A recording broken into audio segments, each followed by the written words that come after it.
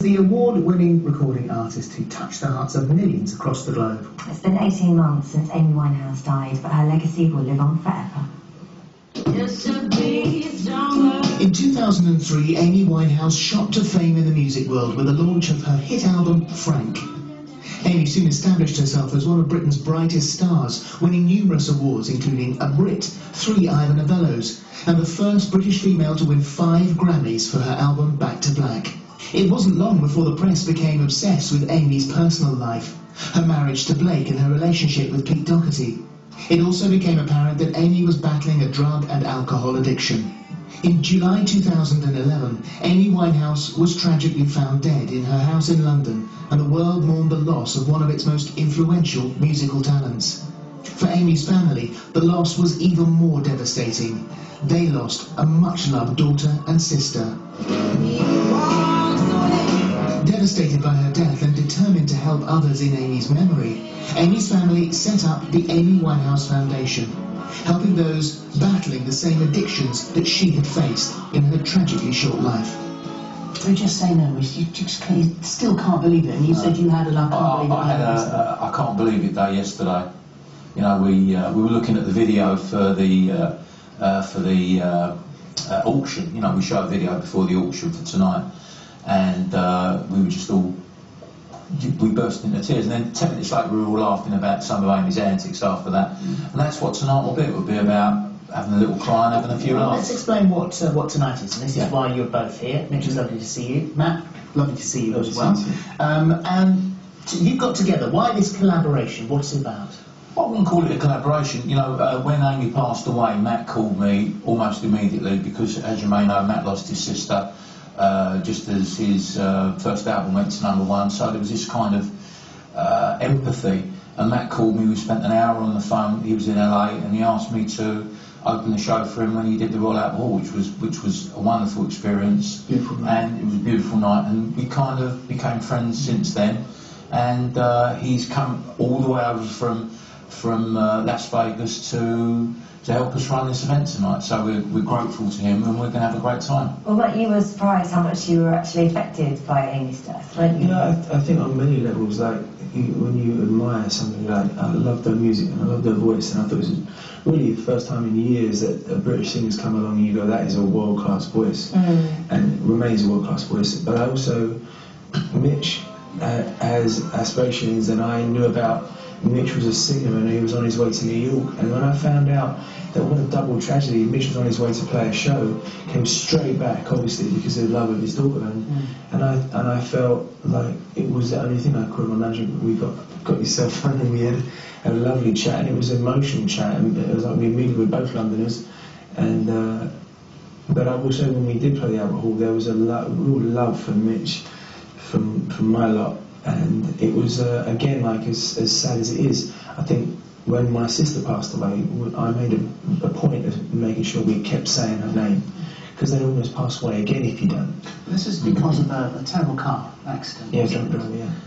And you were saying at the time, you were at the height of your fame with Bros, and you had this hideous thing where you've got such a terrible personal tragedy, and yet the show still had to go on. That's what they're saying, the show must go on. At the end of the day, life is a blessing. The only thing I can't do over there was my next breath, and I think Caroline and Amy you've got to just keep saying their name, you know, and especially tonight it's really about Amy, and it's about you know, rejoicing tonight, really. Yes, yeah, absolutely. And also making a huge difference, which is exactly what the foundation has done. I mean, it was a family decision to set up the foundation.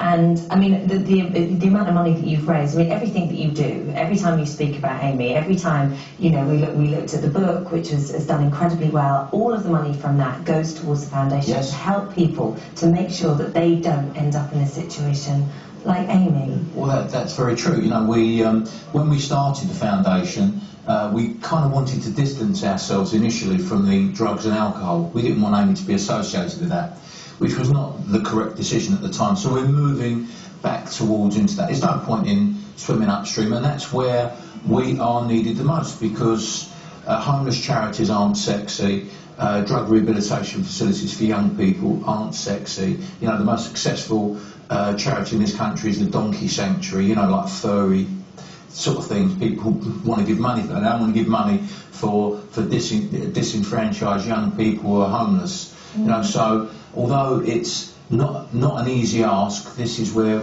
the position that we've taken. You were saying that it cost around about £1 million to get Amy through all her rehabilitation, and you said that if her music career hadn't essentially been able to be channeled, the finances from that into her care, you might have lost her earlier. That's a good point, Philip. You can only speculate about that, but we were in the fortunate position of being able to pay for Amy's treatment. What we're concerned now about people who can't afford for their treatment. Yes. And basically, without turning this into a political conversation, basically, if you can't afford to send yourself off somewhere, you're left to die. I mean, there is treatment in the community, methadone, people are being parked on methadone scripts for 25 years.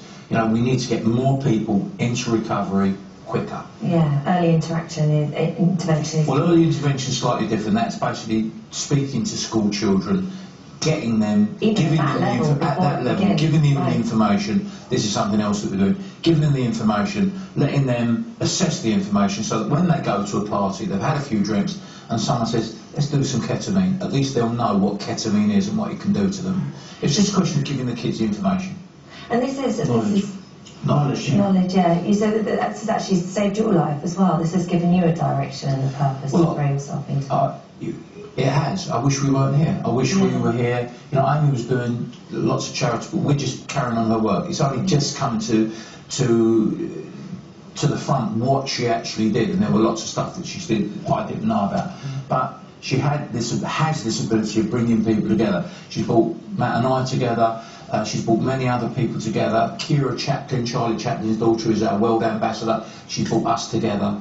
So she's bringing people together so that we're able to raise the profile, raise money to help disadvantaged young people. Well, this is a big event tonight. Yes. A book we've talked about in the past as well. Number one for 6 weeks, was that? It was. I think it might even still be in the top 10 actually. Congratulations there. And also there's a DVD as well, isn't there? DVD came out yesterday, and that's Amy at the BBC. So it's all of her recordings at the BBC, but there's also a couple of DVDs in the collection, because it's a DVD and CD collection. Yeah. And you've got the wonderful DVD of her at Dingle. Have you seen that? No.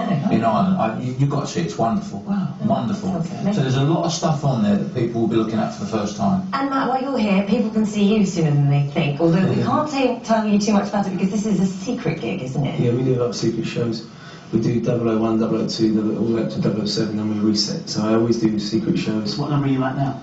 I can't say, yeah, just follow me on Twitter.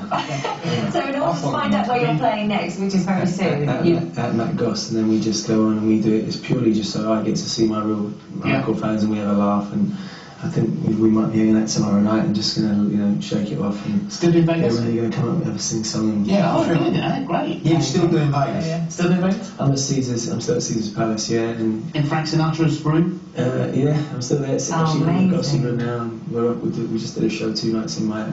Two nights ago we were in Miami. Well, I was lucky enough to see that. And so, if you are ever in Vegas, you find yourself over there. The feathers, you remember you wore the feathers, and it was. I wore all the feathers, Don't give away his secret.